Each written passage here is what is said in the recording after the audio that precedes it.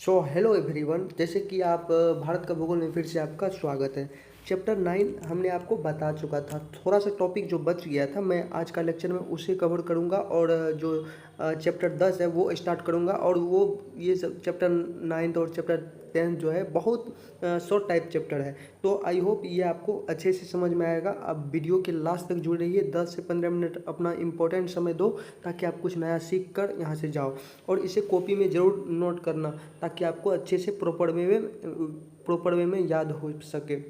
और किसी भी कॉम्पिटिटिव एग्जाम के लिए बहुत इंपॉर्टेंट टॉपिक है, तो आप इसे अपना कॉपी में नोट कीजिए और याद कीजिए। तो चलिए स्टार्ट करते हैं। फर्स्ट ऑफ ऑल चैप्टर 9 में हमने आपको ये सब आपको बताया था, तो आई होप ये आपको समझ में आ चुका होगा। और हमने लास्ट जो टॉपिक था आपका सोना, और सोना के बाद एक और बच गया था, उसे मैं देख लूँगा आज का टॉपिक में। तो चलिए, ये आपका थोरियम बच गया था और यूरेनियम बच गया था, तो उसके बारे में हम देख लेते हैं। जैसे कि हमने थोरियम के बारे में आज पढ़ना है, तो ये चैप्टर 9 जो आपका है कंप्लीट हो जाएगा। तो चलो यहाँ पे समझो। सबसे पहले जो थोरियम कहाँ पे अवेलेबल, यहाँ पे कहाँ पे मिलता है, तो उसके बारे में जानते हैं।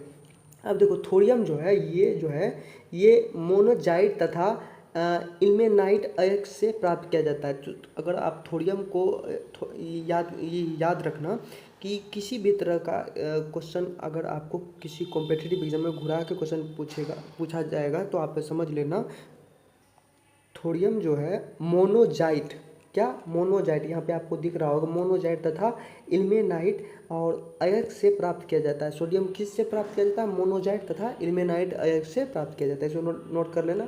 अब देखो, विश्व में थोरियम का सर्वाधिक भंडार जो है भारत में पाया जाता है। अगर पूरा दुनिया में सोडियम का विश्व में थोरियम का सर्वाधिक भंडार कहाँ पाया जाता है? भारत में। हमारा भारत में थोरियम का भंडार पाया जाता है पूरा विश्व। अगर आमतौर पे अमूमन देखा जाए तो विश्व में थोरियम का सर्वाधिक भंडार भारत में पाया जाता है, यानी कि सबसे अधिक थोरियम भारत में पाया जाता है। तो इसे आप नोट कर लेना। और देखो यहाँ पे ये समझो, यहाँ पे यह कहा जा रहा है कि जैसे प्राप्ति स्थल है, यहाँ पे इसमें ये देखेंगे कि यहाँ कहाँ पे प्राप्त होते हैं, तो वो उसके बारे में यहाँ पे जिक्र किया गया है, जो थोरियम कहाँ पे प्राप्त किया गया है। तो जैसे कि यहाँ पे समझना, जैसे केरल में इसका सर्वाधिक केंद्रीकरण और कोल्लम एवं पलक्कड़ जिले में है। तो थोरियम जो है सबसे अधिक कहाँ कहाँ मिलता है? केरल में इसका सर्वाधिक केंद्रीकरण और कोल्लम एवं पलक्कड़ जिले में है, केरल के। अब देखो, केरल में इसका वास्तविक स्रोत जो है यहाँ पे देखो, केरल में इसका वास्तविक स्रोत कहाँ है? त्रावणकोर पहाड़ी है। थोरियम का सर्वाधिक केरल में थोरियम का सर्वाधिक भंडार कहाँ पे है? तो ये आपको जो है त्रावणकोर पहाड़ी है। कहाँ है? त्रावणकोर पहाड़ी पर थोरियम की अधिकता पाई जाती है। तो ये आप नोट करना, अच्छे से नोट डाउन कर लो। अब देखो यहाँ पे झारखंड में, अब देखो दूसरा, झारखंड में इसके संचित भंडार है। जो थोरियम का झारखंड में भी इसके संचित भंडार है। और तमिलनाडु, उड़ीसा के तटीय भालू में भी थोरियम मिलता है। और अगर अमूमन देखा जाए, तमिलनाडु और उड़ीसा के तटीय बालू में थोरियम का अंश पाया जाता है। थोरियम की बालू में थोरियम मिलता है, यहाँ पे इसको नोट कर लेना। अब देखो, थोरियम जो है महानदी डेल्टा के आंध्र प्रदेश और उड़ीसा वाले भागों में भी मिलता है। थोरियम जो है महानदी डेल्टा, जो महानदी होता है, महानदी का जो डेल्टा बना होता है उसके, जैसे कि महानदी डेल्टा के आंध्र प्रदेश ओडिशा वाले भागों में भी मिलता है। इसको भी नोट कर लेना। आई होप ये आपको अच्छे से समझ में आया कि थोरियम कहाँ कहाँ मिलता है। तो हमने आपको थोरियम बताया। अब देखो, लास्ट टॉपिक आपका बच गया चैप्टर 9 का, जिसके बारे में आप पढ़ोगे यूरेनियम के बारे में। अब यहाँ पे समझो, यह झारखंड जो है कर्नाटक, आंध्र प्रदेश और राजस्थान और केरल, तमिलनाडु आदि क्षेत्रों में पाया जाता है। जो यूरेनियम है यह झारखंड, कर्नाटक, आंध्र प्रदेश और राजस्थान, केरल और तमिलनाडु आदि क्षेत्रों में पाया जाता है।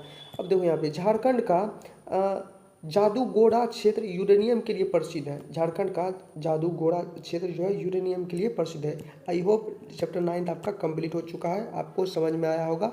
तो अब देखिए, चैप्टर 10 जो है आपका स्टार्ट होने वाला है, और ये बहुत छोटा सा चैप्टर है, तो इसमें लास्ट तक बने रहो ताकि आपको अच्छे से समझ में आए।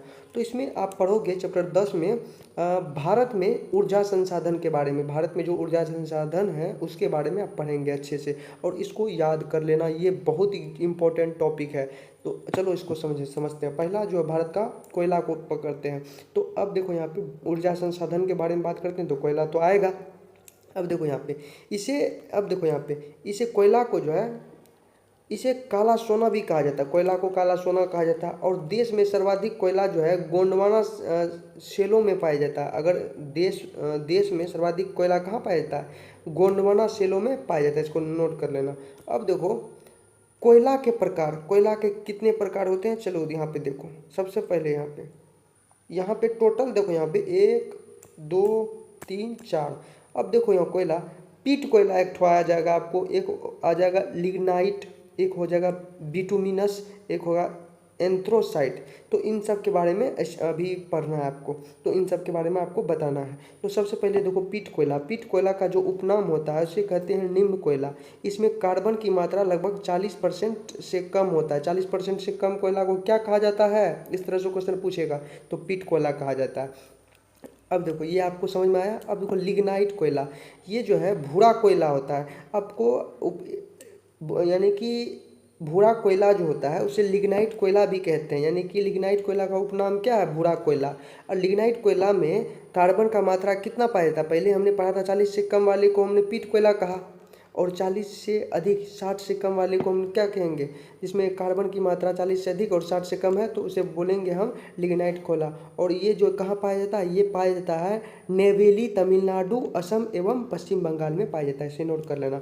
अब बिटुमिनस जो होता है कोयला, इसका उपनाम होता है काला कोयला।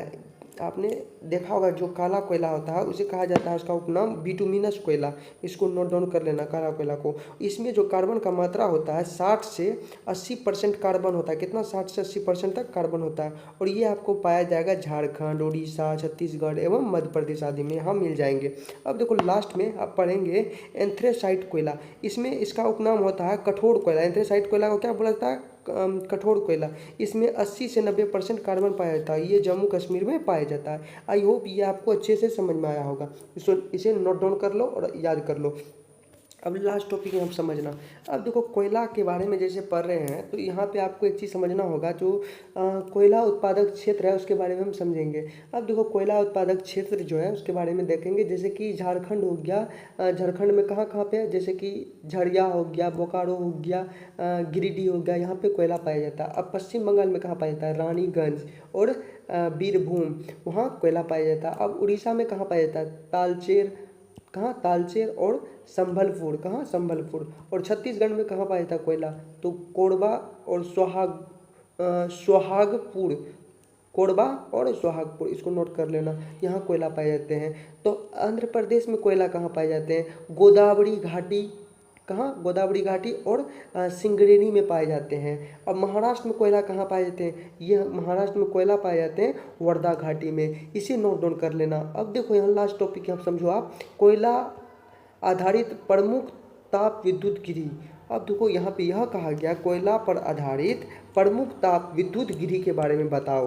तो यहाँ पे उसके बारे में देखेंगे, जो आपने कहा कि जो पावर हाउस यानी ऊर्जा घर, जिसे कोयला के आधारित तो जो ऊर्जा घर है उसके बारे में जिक्र किया गया है। तो सबसे पहले यहाँ पे समझो विद्युत गिरी, तो उसका नाम देखो कितने। सबसे पहले देखो नेवेली ताप विद्युत गिरी, ये तमिलनाडु में स्थित है, इसे नोट डाउन कर लेना। उसके बाद कोरबा ताप विद्युत गिरी, यह छत्तीसगढ़ में स्थित है, इसे भी नोट कर लेना।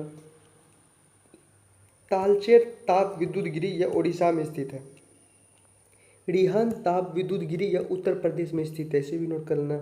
सिंगरौली ताप विद्युत गिरी, यह उत्तर प्रदेश में स्थित है, इसे भी नोट कर लेना। अब देखो यहाँ पे देखो रामागुंडम ताप विद्युत गिरी जो है आंध्र प्रदेश में स्थित है, इसे भी नोट कर लेना।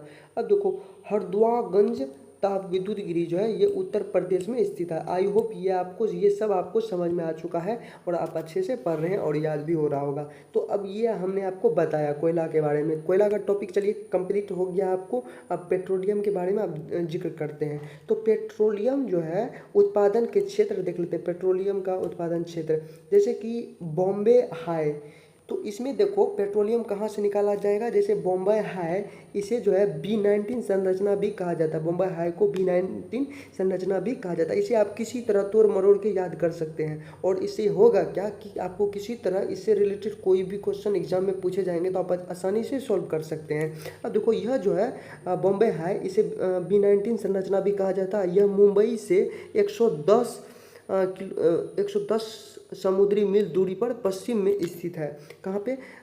अगर मुंबई में समुद्र है आपको पता है, और 110 समुद्री मील के दूरी पश्चिम में स्थित क्या है? बॉम्बे है स्थित है, जिसे हम B19 संरचना भी कहते हैं। अब देखो गुजरात, अंकलेश्वर लूनेज, और कलोल एवं खंभत की खाड़ी, यहाँ पे भी आपको पेट्रोलियम की मात्रा देखने को मिलती है। यहाँ पे भी पेट्रोलियम है।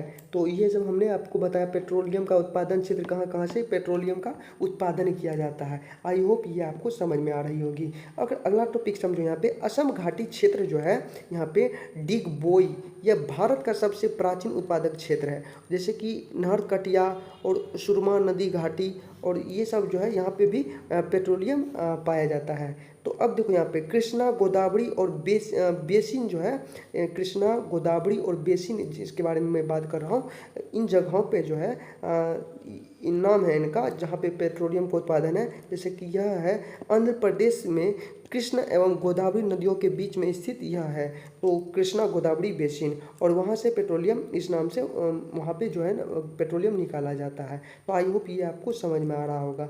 अन्य क्षेत्र के बारे में देखेंगे, जैसे कि पश्चिम बंगाल में थोड़ा सा पेट्रोलियम अगर निकाला जाता है। पश्चिम बंगाल का सुंदरवन क्षेत्र हो गया, राजस्थान का जैसलमेर और बीकानेर एवं बाड़मेर क्षेत्र, इन जगहों पे पेट्रोलियम का यानी पेट्रोलियम निकाला जाता है। आई होप ये आपको समझ में आ रहा होगा।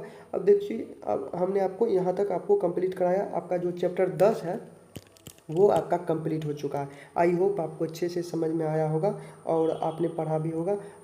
ये आपका चैप्टर 10 जो है भारत में ऊर्जा संसाधन आपका कंप्लीट होता है, और चैप्टर 11 कल का टॉपिक में आप पढ़ोगे। अगर ये आपको अच्छा लगा तो ज़्यादा से ज़्यादा लोगों को शेयर करें और नीचे कमेंट करें आपको इसमें क्या प्रॉब्लम है, ये आप कमेंट कर सकते हैं। आपका कमेंट हमें बेहतर बनने पर हेल्प करता है। तो चलिए आज का टॉपिक बस इतना ही। फिर मिलूंगा इसका नेक्स्ट पार्ट जो आएगा उसमें मैं आपको बताऊंगा चैप्टर 11 के बारे में। थैंक यू, धन्यवाद, जय हिंद। फिर मिलूंगा इसका नेक्स्ट पार्ट में।